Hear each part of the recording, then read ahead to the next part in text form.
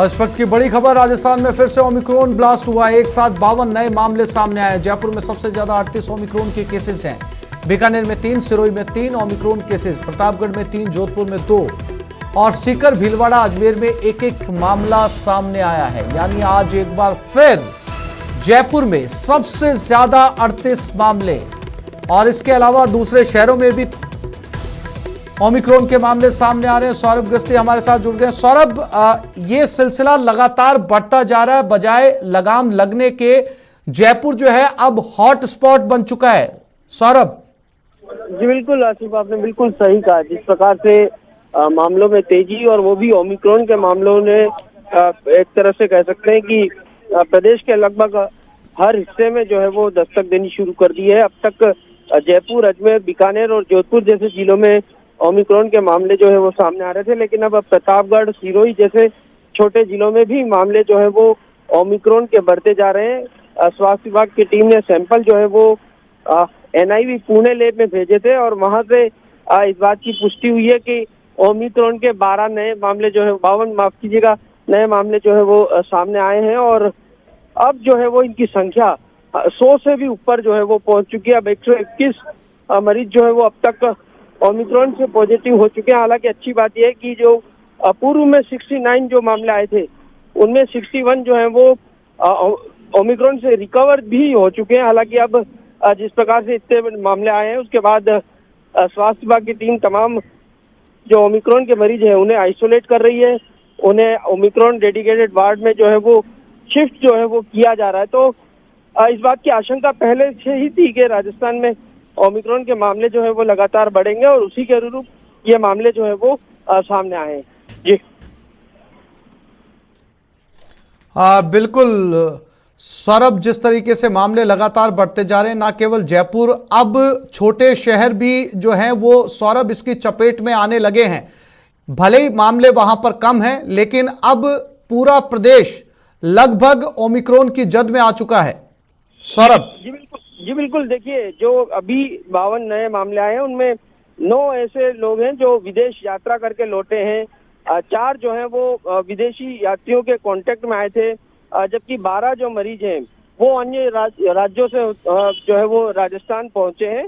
साथ में 2 जो हैं वो पूर्व में उनका ओमिक्रॉन कांटेक्ट की हिस्ट्री रही है। तो बाहर से आने वाले लोगों के कारण से प्रदेश में लगातार ओमिक्रॉन का संकट जो है वो बढ़ता जा रहा है और उसके कारण से जिस प्रकार की आशंका पहले WHO ने भी जताई थी कि बहुत तेजी से ये स्प्रेड करता है और उसी के अनुरूप अब ये कैसे जिस प्रकार से बढ़ोतरी राजस्थान में हो रही है उससे ये साफ होता है कि ओमिक्रॉन जो है वो बहुत तेजी से जो है वो फैल रहा है। जी सौरभ, जानकारी के लिए आपका धन्यवाद।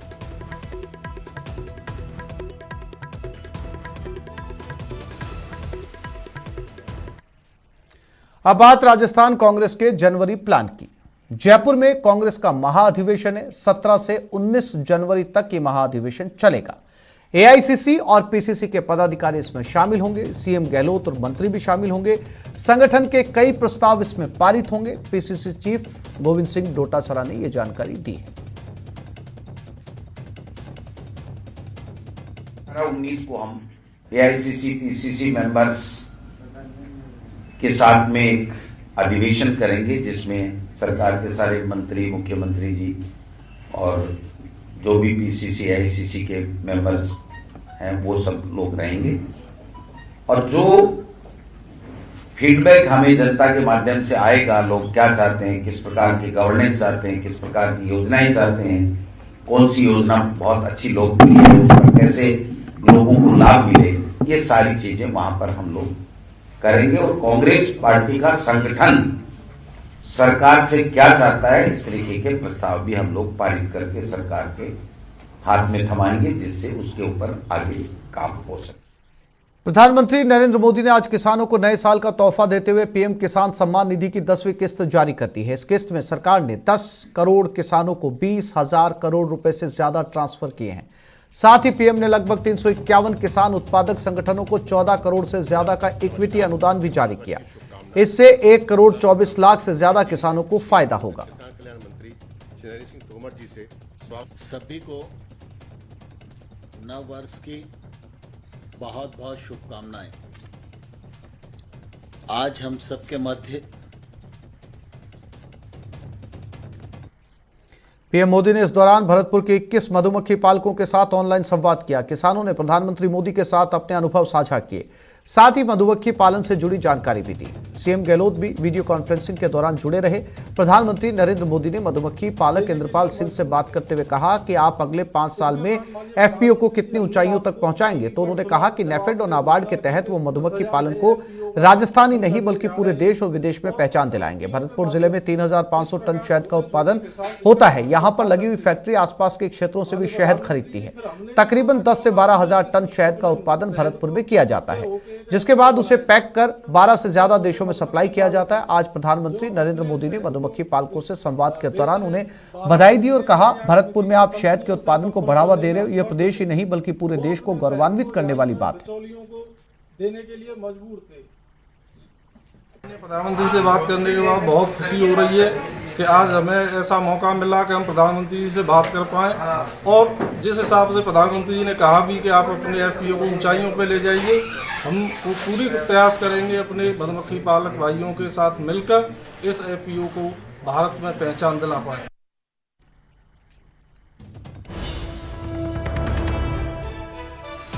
इस वक्त की बड़ी खबर, उदयपुर के बंशीलाल साहू की अमेरिका में हत्या हो गई। लूट की नीयत से अमेरिका में हत्या की गई। मेडफोर्ड सिटी में बंशीलाल की हत्या हुई है। मारपीट से बंशीलाल की हत्या हुई। बेटी से मिलने के लिए अमेरिका गए थे। तो उदयपुर के एक शख्स की अमेरिका में हत्या कर दी गई। कपिल शिमाली उदयपुर से लाइव हमारे साथ जुड़ गए। कपिल, दर्दनाक हादसा है अमेरिका के अंदर। बंशीलाल कौन थे, कब वो अपनी बेटी से मिलने के लिए अमेरिका गए थे?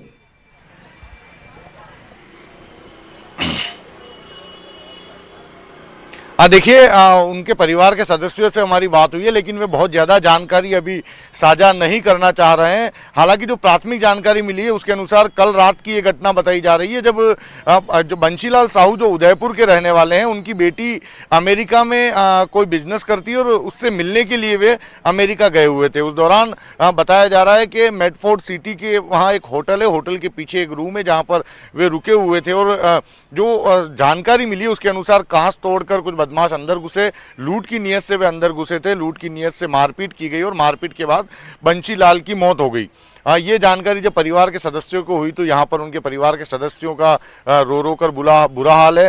हालांकि शनिवार रविवार होने के चलते अभी वहाँ पर कोई प्रक्रिया आगे नहीं बढ़ पाई है, लेकिन माना जा रहा है कि 2 दिन बाद में ये जो शव उदयपुर लाने की जो प्रक्रिया है वो शुरू की जाएगी।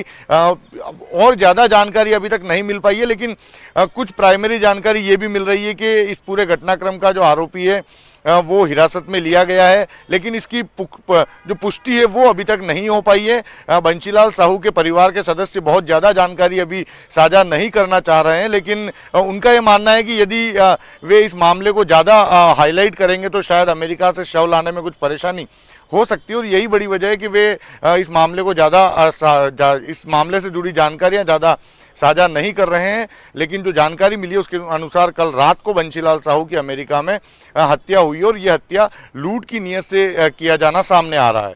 जी बिल्कुल कपिल, बहुत सारे सवाल हैं। हालांकि जैसा कि आपने बताया कि परिवार ज्यादा बात नहीं करना चाह रहा है इस मामले को लेकर। क्या उम्र थी बंशीलाल जो अमेरिका गए थे, और अगर उनके परिवार से कोई जानकारी मिल पा रही है, कब तक जो है उनका शव भारत आ जाएगा? क्या वहां मौजूद अमेरिका में मौजूद भारतीय एम्बेसी ने इस पूरे मामले में दखल दिया है?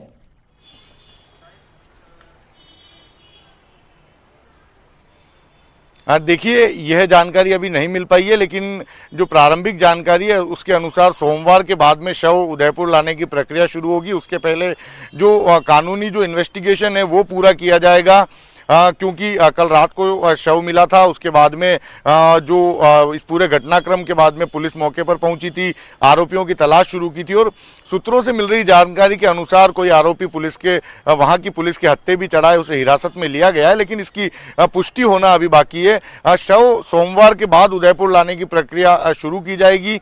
भारतीय दूतावास ने अभी कितना इंटरफेयर किया है इसके बारे में भी कोई पुख्ता जानकारी नहीं मिल पाई है। जी कपिल, जानकारी के लिए आपका धन्यवाद।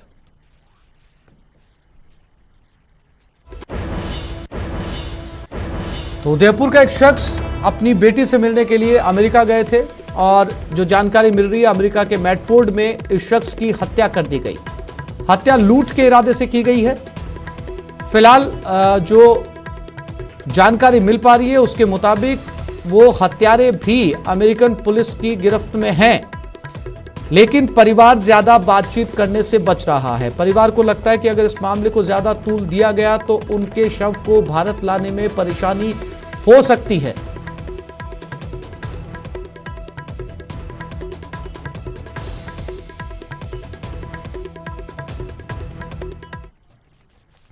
टोंक बीजेपी की आक्रोश रैली स्थगित होने के बाद पार्टी के प्रदेश अध्यक्ष सतीश पूनिया मालपुरा के नगरपालिका अध्यक्ष के घर धार्मिक आयोजन में शामिल हुए। इस मौके पर उन्होंने कांग्रेस सरकार पर निशाना साधा। पूनिया ने कहा कि आक्रोश रैली में शर्त लगाने को लेकर प्रशासन पर हमला बोला और कहा कि जिला प्रशासन और जिला पुलिस सरकार के गुलाम बनकर काम कर रहे हैं। उन्होंने चेतावनी भरे लहजे में कहा कि सरकार आती है और जाती है, समय रहते समझने में टोंक प्रशासन की भलाई।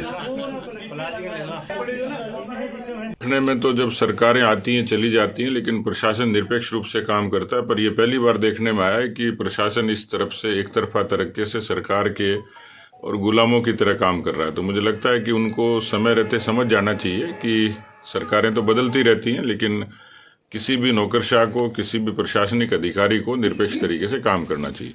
नए साल पर शिक्षा विभाग की ओर से नई सौगात मिली है। राजस्थान प्राथमिक और उच्च प्राथमिक विद्यालय अध्यापक सीधी भर्ती शुरू कर दी गई है। इसके तहत 2021-22 अंतर्गत अध्यापकों के 32,000 पदों पर सीधी भर्ती की जाएगी। इसके लिए अब 10 जनवरी से 9 फरवरी तक विभाग की अधिकृत वेबसाइट पर आवेदन किया जा सकता है। इसमें सामान्य शिक्षा के लिए 31,000 टीचर्स ही मिल सकेंगे, जबकि बाकी 1,000 पद विशेष शिक्षा के लिए सुरक्षित रखे गए हैं। लेवल 1 के 15,500 पद हैं, जिसमें 500 पद विशेष शिक्षा के हैं, 11,500 गैर अनुसूचित और 3,500 पद अनुसूचित क्षेत्र के लिए रखे गए हैं। जबकि लेवल 2 में गैर अनुसूचित क्षेत्र के लिए 13,420, अनुसूचित क्षेत्र के लिए 2,580 पद और विशेष शिक्षा के लिए 500 पद रखे गए हैं। इसके लिए सिर्फ ऑनलाइन आवेदन ही स्वीकार किया जाएगा। इस भर्ती के लिए शिक्षा विभाग की वेबसाइट पर लॉगिन कर पूरी जानकारी ली जा सकती है।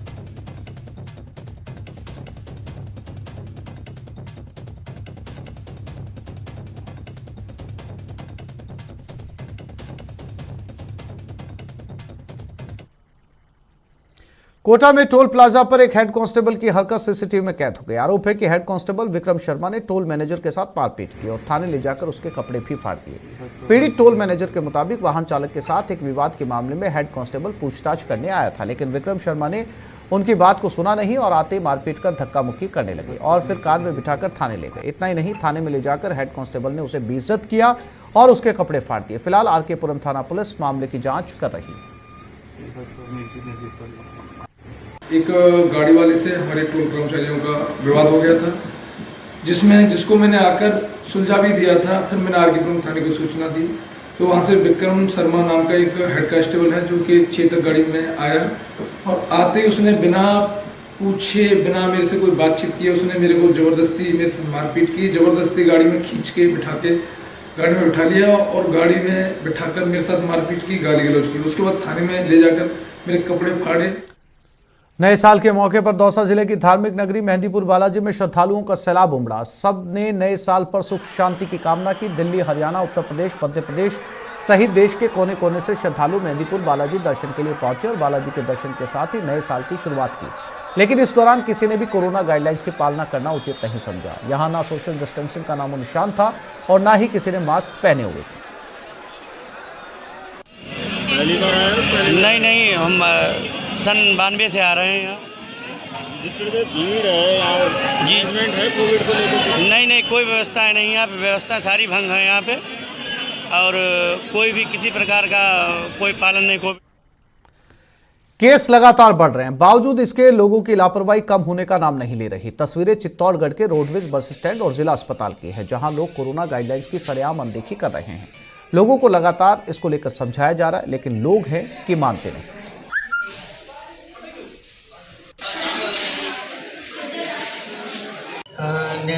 निगम द्वारा कर्मचारियों की ड्यूटियां भी लगाई जाती है मास्क लगाने के लिए और सोशल डिस्टेंसिंग के लिए, और इंक्वायरी से भी अनाउंसमेंट किया जाता है कि मास्क लगाएं, सोशल डिस्टेंसिंग रखें और कोरोना प्रोटोकॉल का पूरा पालन करें।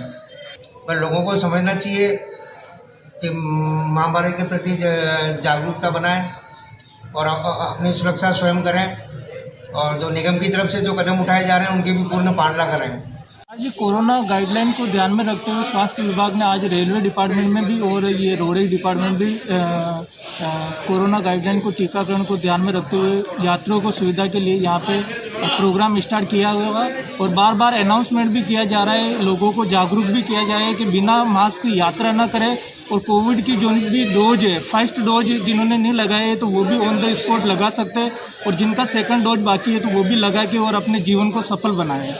कोरोना संक्रमण को लेकर लगातार मामले सामने आ रहे हैं, लगातार तेजी से संक्रमण फैलता जा रहा है। इस बीच जिस तरह की लापरवाही लोगों को देखने को मिली है, लगातार प्रशासन और सरकार इस बात का प्रयास कर रही है कि लोग जागरूक हो, कोरोना की गाइडलाइन की पालना की जाए, लेकिन कहीं ना कहीं लोग गाइडलाइन को साइडलाइन करते हुए दिखाई दे रहे हैं। वही सोशल डिस्टेंस की पालना नहीं करना, मास्क नहीं लगाना, नियमित रूप से इस तरह की तस्वीरें जो सामने आ रही है वो साफ तौर पर जाहिर करती है कि लोग अब भी संक्रमण को लेकर लापरवाह है। ऐसे में नए साल में लोगों को कहीं ना कहीं संकल्प लेने की जरूरत है। सरकार चाहे रोडवेज बस स्टैंड पर, रेलवे स्टेशन पर टीकाकरण के कैंप लगा दे, बड़े बड़े माइक से अनाउंसमेंट करवा दे, लेकिन कहीं ना कहीं लोगों को स्वयं जागृत होना होगा, खुद से इस बात का प्रण लेना होगा कि हमें मास्क लगाना है, सोशल डिस्टेंस की पालना करनी है, कोविड गाइडलाइन के, कोविड प्रोटोकॉल की पालना करनी होगी, तब जाकर हम कोरोना की जंग को जीत पाएंगे। और नए साल में सभी को मिलकर संकल्प लेना होगा कि हम कोविड गाइडलाइन की पालना करें और लगातार सरकार जो गाइडलाइन जारी कर रही है उनकी पालना के लिए कटिबद्ध हो। कैमरा पर्सन सत्यनारायण के साथ सुभाष बैरागी, न्यूज 18 चित्तौड़गढ़।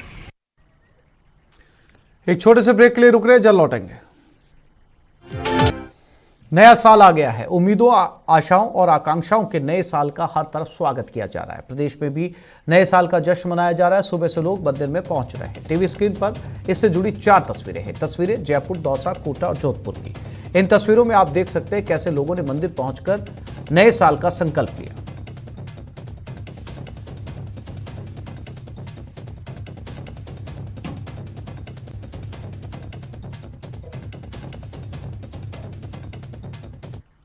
नए साल का आज पहला दिन है और पहले दिन की शुरुआत बहुत ही खिली खिली धूप के साथ हुई है। मैं फिलहाल राजधानी जयपुर के अल्बर्ट हॉल म्यूजियम पर मौजूद हूँ। आप देख सकते हैं बड़ा ही खूबसूरत नज़ारा है। पर्यटन के लिहाज से, तमाम लोगों के लिहाज से, चाहे वो जयपुर के हों, स्थानीय पर्यटक हों या राजस्थान से बाहर के दूसरे राज्यों से आए पर्यटक हों, उनकी तादाद काफ़ी राजधानी जयपुर में नज़र आ रही है। राजधानी जयपुर का आलम यह है कि यहाँ पर आरजे जो नंबर से शुरू होने वाली गाड़ियाँ कम है। यहाँ पर एमपी की नंबर है, एचआर की नंबर की गाड़ियाँ हैं, डीएल नंबर की गाड़ियाँ, यानी दिल्ली से लेकर के Gujarat, NCR, Haryana, Punjab, MP, UP, Gujarat, कई ऐसे राज्यों की यहाँ पर गाड़ियों की भरमार है, क्योंकि करीब करीब 1 लाख से ज़्यादा पर्यटक फिलहाल जयपुर शहर में मौजूद हैं। नए साल के सेलिब्रेशन के लिए तमाम लोग आए हैं और इससे आप देख सकते हैं कि जो पर्यटन स्मारक हैं, स्थल हैं, इनके हालात कितने अच्छे हो गए हैं। काफ़ी तादाद में लोग पहुँचे, अच्छा पर्यटन हुआ है, स्मारकों पर अच्छा कलेक्शन हुआ है, होटल पूरी तरह से बुक रहे हैं। जो तमाम कैब हैं या ऐसी जो सर्विसेज हैं कैटरिंग से लेकर के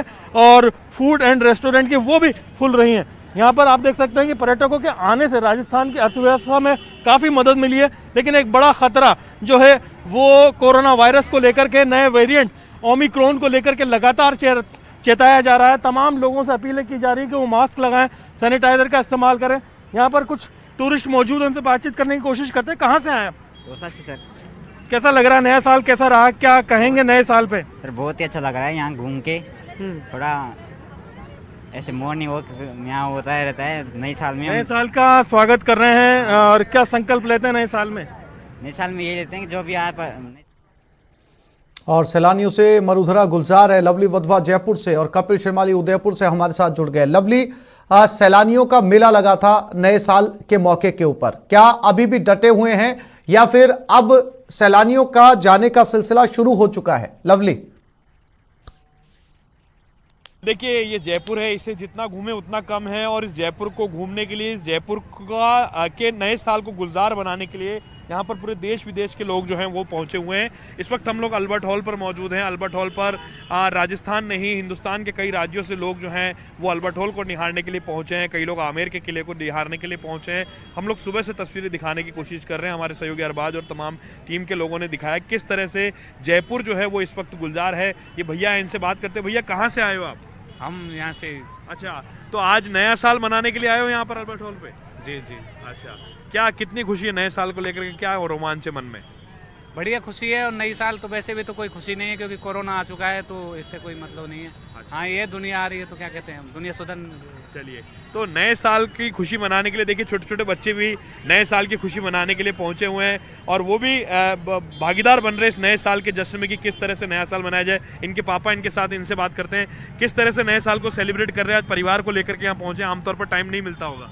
जी सर, बिल्कुल टाइम तो नहीं मिलता, लेकिन आज बड़ी मुश्किल से फैमिली के लिए टाइम निकाला। अच्छा, फैमिली के लिए टाइम निकाला। तो देखिए, ये परिवार के लोग और तमाम लोग जो हैं वो आपको यहाँ बड़ी तादाद में नजर आ रहे हैं। किस तरह से जो भीड़ है वो आपको नजर आ रही है। जो टूरिस्ट है वो देश विदेश से यहाँ पर पहुंचा। भैया से पूछते, भैया कहाँ से आए हैं आप? हम तो कलकत्ता से। कलकत्ता से आए हैं। जयपुर देखा आपने, कैसा लगा आपको जयपुर? जयपुर तो मैं 20 साल से देख रहा हूँ, बहुत अच्छा है। बहुत अच्छा है। अच्छा, आप बताइए, आपने जयपुर का अल्बर्ट हॉल देखा, कैसा लगा आपको? कैसा लगा जयपुर देख के? अच्छा लगा।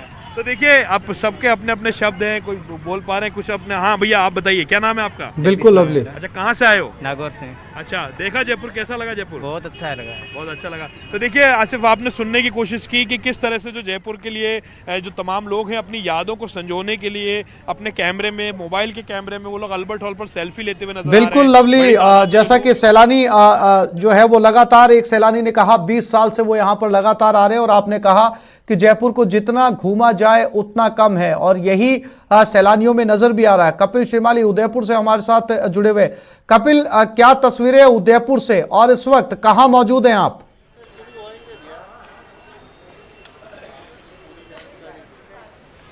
देखिए आसिफ, मैं उदयपुर की सहेलियों की बाड़ी में मौजूद हूँ और यहाँ पर पर्यटकों की अभी भी खासी भीड़ देखी जा सकती है। मैं तस्वीरें दिखाना चाहूँगा। ये उदयपुर की सहेलियों की बाड़ी है, एक प्रमुख पर्यटन केंद्र है क्योंकि यहाँ राजा महाराजाओं के काल से जुड़ी यादें यहाँ पर संजोई हुई है और जो उदयपुर जो पर्यटक आते हैं वो यहाँ पर जरूर घूमने आते हैं क्योंकि ये बेहद खूबसूरत पर्यटन स्थलों में शुमार है। और आप देखिए कि इस समय यहाँ पर बड़ी तादाद में पर्यटकों की भीड़ जो है वो यहाँ पर मौजूद है। आज सुबह से ही, क्योंकि रात को नए साल का जश्न मनाया गया, नए साल का स्वागत किया गया और उसके बाद में सुबह से ही सभी पर्यटन स्थलों पर लोगों की खासी भीड़ देखी जा रही है। और अभी भी आप देखिए कि हर पर्यटन स्थल पर जो पर्यटक हैं जो कि भारत के अलग अलग राज्यों से यहाँ पर पहुंचे हैं, वे बड़ी तादाद में यहाँ पर मौजूद हैं।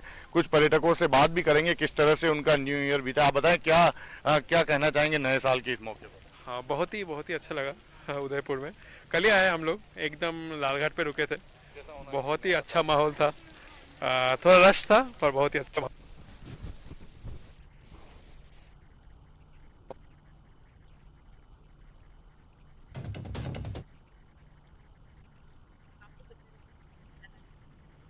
बिल्कुल, कोरोना के खात्मे और एक बार फिर से रुक करते हैं जयपुर की तरफ। लवली वधवा लगातार हमारे साथ बने हुए। लवली, जयपुर ये बिल्कुल तथ्यात्मक बात है कि जयपुर अगर आप साल में एक बार आते हो तो 1 या 2 दिन घूमने के लिए बहुत कम पड़ते हैं। शायद यही कारण है लवली कि जो नया साल बनाने के लिए जयपुर पहुंचे हैं वो अभी पूरी तरीके से जयपुर को एक्सप्लोर करना चाहते हैं। यानी ये जो सैलानियों का जमघट है वो अभी कुछ और समय तक जयपुर में रुकने वाला है। देखिए, बिल्कुल ये पूरा का पूरा वीक जो है इसे कहा जा सकता है कि ये न्यू ईयर वीक के रूप में सेलिब्रेट किया जाना जयपुर के अंदर। और जश्न की तैयारियां भी जयपुर में बहुत जोरदार तरीके से की गई है। तस्वीरें दिखाते दिखाते मैं आपके सवाल का जवाब देता हूं कि जिस तरह से जयपुर ने तैयारियां की थी, ठीक उसी तरह से, हालांकि बीच में कुछ ओमिक्रॉन के पेशेंट्स के आने के बाद में कुछ संभावनाएं घटी, कुछ बुकिंग्स कैंसिल हुई होटल की और तमाम चीज़ों की, लेकिन लोग बड़ी तादाद में जयपुर पहुंचे हैं और आपको नज़ारा दिख रहा है किस तरह से लोगों का जो जमावड़ा है वो लगातार बढ़ता ही जा रहा है। सुबह से लेकर के देर रात तक यही तस्वीर जो है पिछले 25 तारीख के बाद से लगातार नजर आ रही है और पर्यटकों की संख्या में बम्पर जमावड़ा जो है, क्योंकि कोविड का काल था और अनलॉक होने के बाद से जो टूरिस्ट है वो लगातार बढ़ता जा रहा है जयपुर में। और टूरिस्ट जो है वो लाइफलाइन है यहाँ की। टूरिस्ट जो है वो तमाम चीज़ों पर डिपेंड है। यहाँ का टूरिज्म जो है वो राजस्थान की लाइफलाइन कही जाती है, जयपुर की लाइफलाइन कही जाती है। तो बहुत महत्वपूर्ण है कि जयपुर के लिए टूरिस्ट जो पावड़े यहाँ पर पहुँच रहे हैं उनका किस तरीके से स्वागत किया जाए। भैया उन सेल्फी ले रहे हैं। भैया, आज फैमिली के साथ टाइम स्पेंड कर रहे हैं, न्यू ईयर सेलिब्रेट कर रहे हैं, कैसा लग रहा है आपको जयपुर में? बहुत बढ़िया लग रहा है। वैसे जयपुर से बिलोंग करते लेकिन टाइम अब निकला है निकलने का। अच्छा, इस जयपुर को देखें तो कितना दिन चाहिए इस जयपुर को पूरा एक्सप्लोर करने के लिए? पूरा एक्सप्लोर करने के लिए 2 दिन तो कम से कम चाहिए। मिनिमम 2 दिन। मिनिमम 2 दिन। अच्छा, और आप जयपुर में रहते हैं, फिर भी जयपुर की इन लोकेशंस पे बार बार आने का मन क्यों करता है? बिल्कुल लवली, आपके साथ मौजूद सैलानियों में लोकल जो जयपुर के लोग हैं वो भी मौजूद हैं और वो भी जो है वो बार बार जयपुर को घूमने के लिए निकलते हैं। आप अंदाजा लगा सकते हैं कि सैलानी 7 समंदर पार से जब आते हैं तो उनके लिए जयपुर कितना महत्वपूर्ण है। बहुत संक्षेप में कपिल, मैं आपके पास आता हूं। बहुत सारे सैलानी जो है वो सहेलियों की बाड़ी पर यहां पर इकट्ठा हैं। इनमें से ज्यादातर लोग जो है वो दूसरे स्टेट से नया साल बनाने के लिए पहुंचे हैं। कोशिश करिए पता करने की या बात करने की कब तक पूरा वीक वो यहां पर मनाएंगे या फिर अब सैलानियों का जाना रुखसती का वक्त है।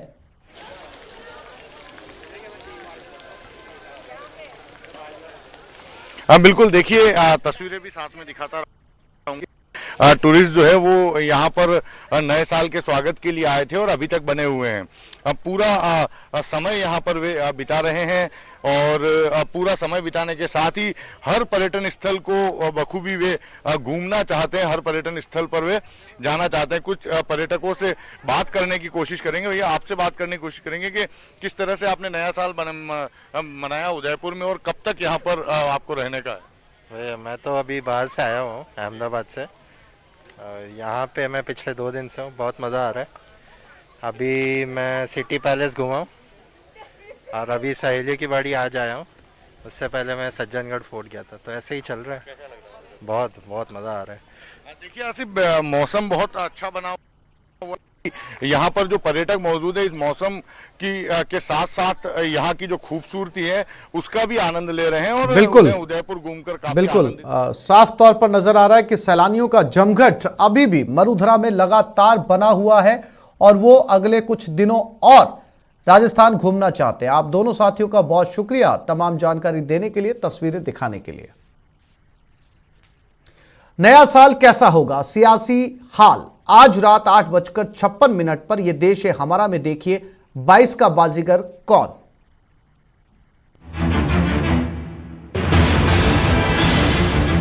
आप देख रहे हैं ये देश है हमारा का बेहद खास एडिशन। कौन होगा 2022 का बाजीगर? ये तीनों क्यों डरे हुए हैं, तीनों क्यों भयभीत हैं, अखिलेश यादव से क्यों डर रहे हैं? हिंदुत्व योगी को हराना हमारा लक्ष्य है। 1990 में कश्मीरी हिंदुओं को बेघर कर दिया गया। हिंदू मुसलमान हम कर रहे हैं। भागलपुर के दंगे हुए, हिंदू मुसलमान हम कर रहे हैं। मुजफ्फरनगर के दंगे हुए, हिंदू मुसलमान हम कर रहे हैं। आपकी उत्तेजना कह रही है, उत्तेजना आप कर रहे हैं। खुर्शीद का लिखा क्या दर्शाता है? राहुल गांधी बार बार ट्वीट करते हैं हिंदू बनाम हिंदू, तो क्या दर्शाता है? जब आपका नेता शशि थरूर कहता है हिंदू तालिबान, वो क्या दर्शाता है? तो इस बुलेटिन में फिलहाल इतना ही। नमस्कार।